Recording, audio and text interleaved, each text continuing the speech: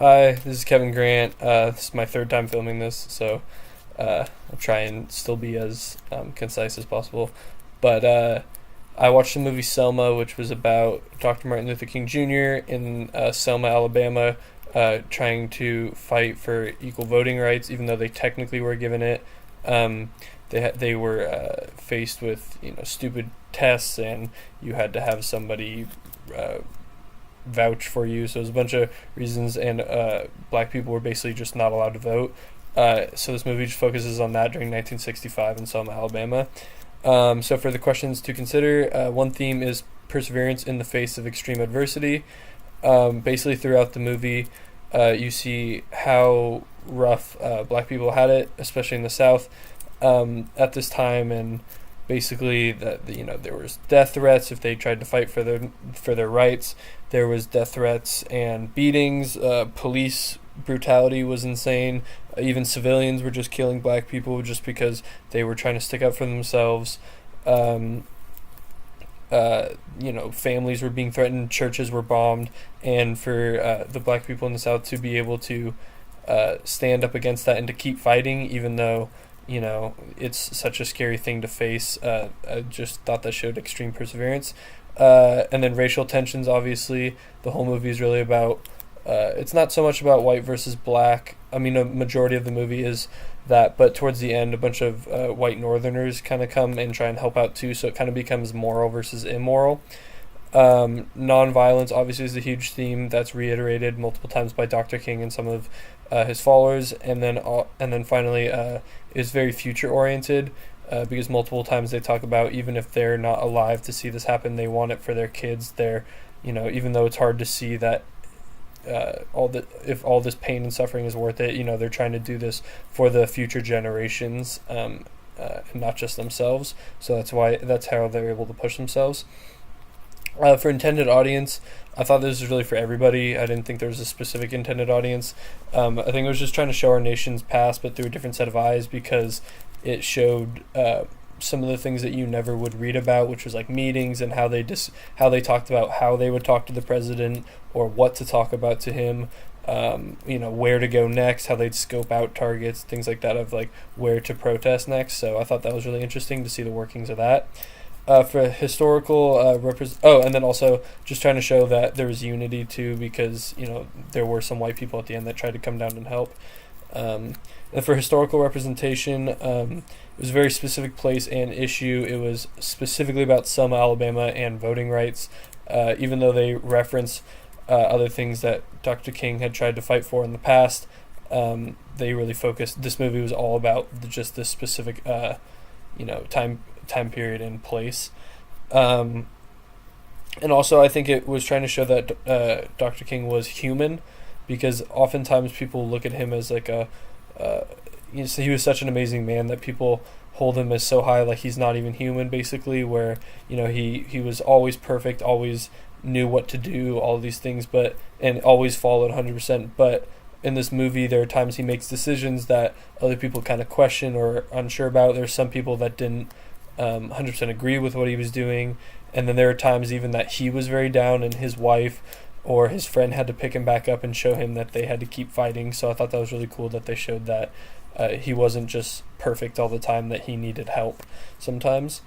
And then also to show that the movie, that white people killed white people too for just trying to help black people. So it wasn't really just white versus black, but just like if you were helping a cause that they didn't like, they would kill you for it. So for propaganda, I didn't really think that there's anything in this movie that was untrue. From the discussions we've had in class and the readings, it all seemed pretty accurate with how poorly these people were treated. But definitely the movie was to show the struggle of blacks for everyday life. If you had done nothing in your shot, if you were just walking peacefully down the sidewalk in a march, they weren't doing anything illegal, they'd be hurt, or they'd be hit and beat up by the police or killed. Or even just if it's not happening to you but you're in a diner, there's a scene where they try and hide in a diner and the police come in a minute later and just start beating up and end up killing this boy. And basically, if you were just a black person, because it was a black diner, if you were a black person in this diner and you're just trying to have dinner and all of a sudden this happens, that's weighing on you too.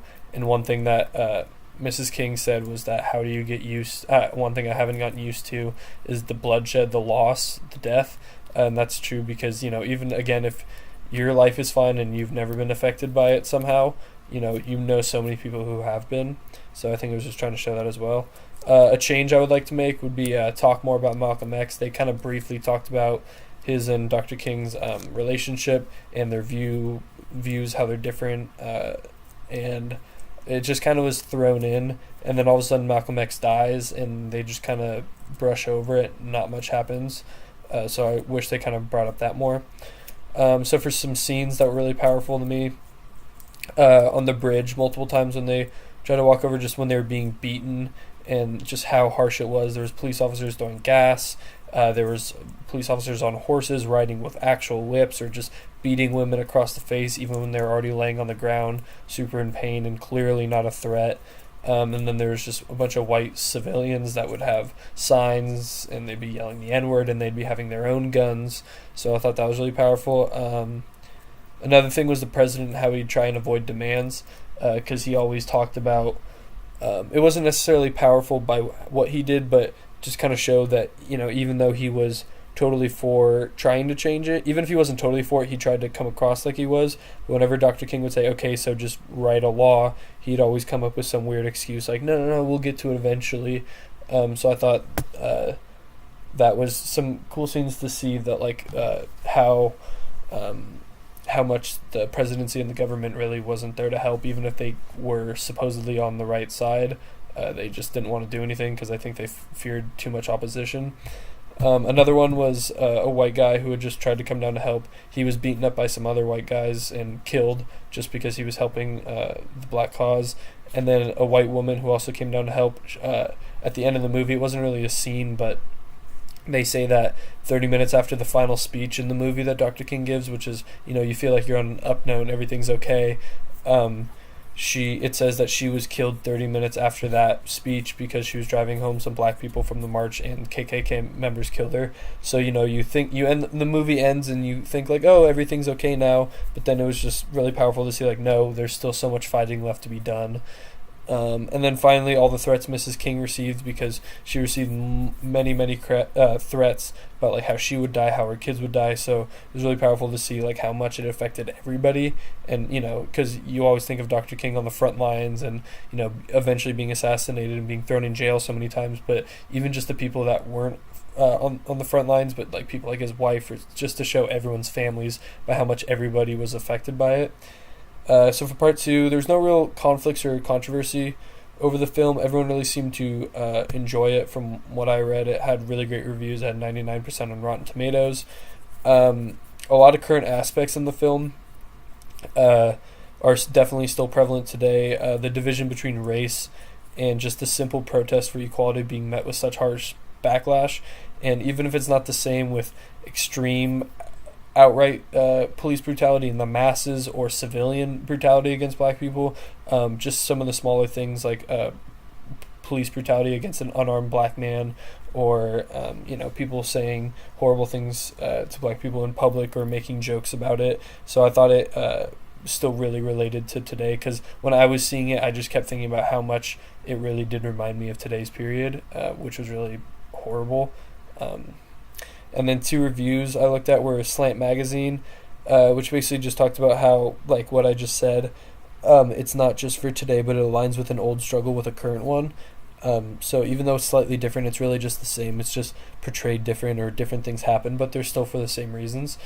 Another one I looked at was The Observer, which basically just talked about how it didn't think it was harsh enough or showed actual brutality enough of like how things were happening, and thought it could have gone harder. But I kind of disagreed with that, because I thought if you're trying to get everyone to see this, to see how horrible of a time period this was, you don't want parents afraid to show their kids because such insane brutality is shown, and you still easily get the picture of how harsh everyone was and how unfair and how brutal they were, the police beatings and things like that. And so you still definitely got the message without seeing every blood and gut possible. So I personally disagreed with that.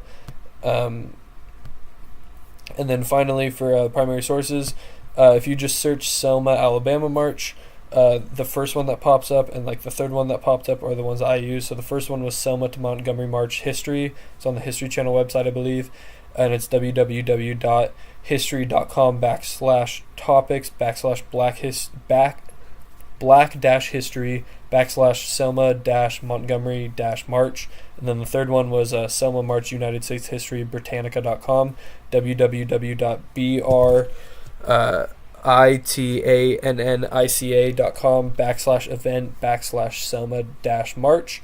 And the History Channel one was more about general context, which I like because that way, if you were to read this before, before you watch the movie, you kind of get the general picture of what's happening. So that way, the whole movie, you're not trying to catch on what things are happening. So in here, it talks about voter registration efforts in Alabama. So background, Edmund Pettus Bridge, which is where the march took place and where a lot of people were beaten.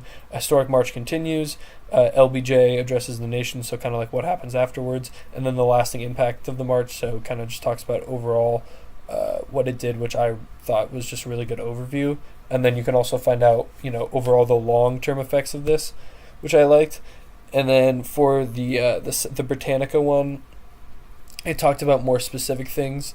There's like a timeline. It talks about voter registration in Selma, so like the specifics of why things were, why it was such an issue. And it talks about like Bloody Sunday and Turnaround Tuesday, and the Voting Rights Act of 1965 by LBJ. So it talks about more specific things, because obviously the movie will try and go as in-depth as possible, but they want to, you can only spend so many minutes on a certain scene, so I thought it delved deeper into each one so you could actually see more specific events or things that happened or how things happened instead of just getting the idea from the movie. So yeah. Sorry that it was such an issue. Hopefully this works. I'm going to try and upload it to YouTube. Thank you.